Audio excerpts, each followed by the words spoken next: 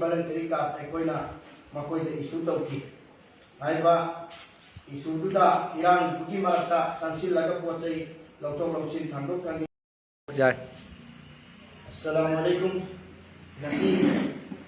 April ki tang ahum 2025 ki numidang wayang di pung mari tarakpa adwaida maning labu ward number 8 ta ampiagi Miyoi ni haiba khara sanai dunai nare haibaki pau ampiana pangjaki haiba pau sita badagi pangthang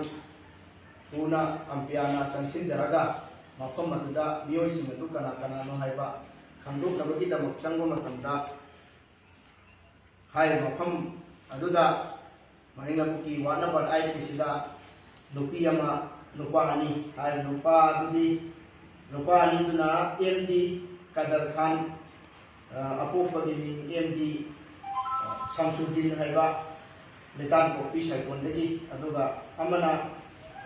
MD Abdul Gafur apopagi MD Nasiban Ali letan kopi saikon letan kopi jadi ai bioi ani asi nupa ani siga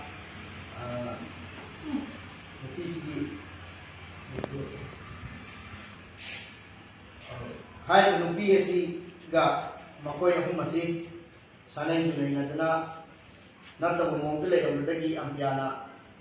hagan laga uraki ampiani mami season na nupa ani sin ampiani mami season na rame akoi so ampiani hai bagi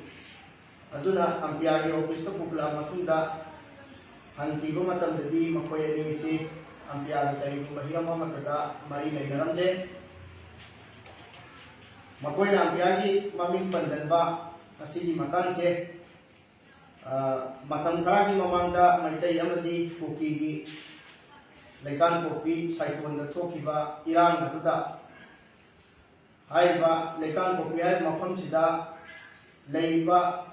maitai pangal muslim ichinaw sing adu gi sa san lauthokpa amadi pochai ke ke thangdok thangin tawda yamna bera kare aikoi natai chadre aduna ampiana tana kanam pu changaloi haiba mawong amda wafam lakadagi ampiada hai jaraga makoi ampiada makoi gi tare laki aduga ampiadi voluntary card aikoina makoi da issue tawki haiba issue duda irang dugi marakta sansil laga pochai lautok lausin thangdok thangin tawba yanabai damakta ampiana makoi da voluntary card sinnaki haiba sinnaki ba card adu adagi makoi ani asina lana sigan naraga ka asipayraga nato oi da thabuk khara da makoi chatok chasin tawba yanabai damakta sijan narami haiba asigu thabuk asi ambiabu badnam oi nabai damakta ambiabu miyamna aranbam miyengda uhannabagi damakta sumhon abi basi makung tarpadu tawbiganu aduga miyoi ani asiga ambiaga kaingum bahiram amatada mari leinade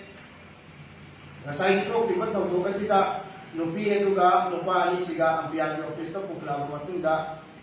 ampiagi tawkam topa waru patim tawrabagi matunda makoi yantana imo manu kimio singa wari sana rabagi tunda family gi imo manu kimio sinda makoi nibu aswayam amate yaugana makoi singa do family gi imo manu kimio sinda sinna kare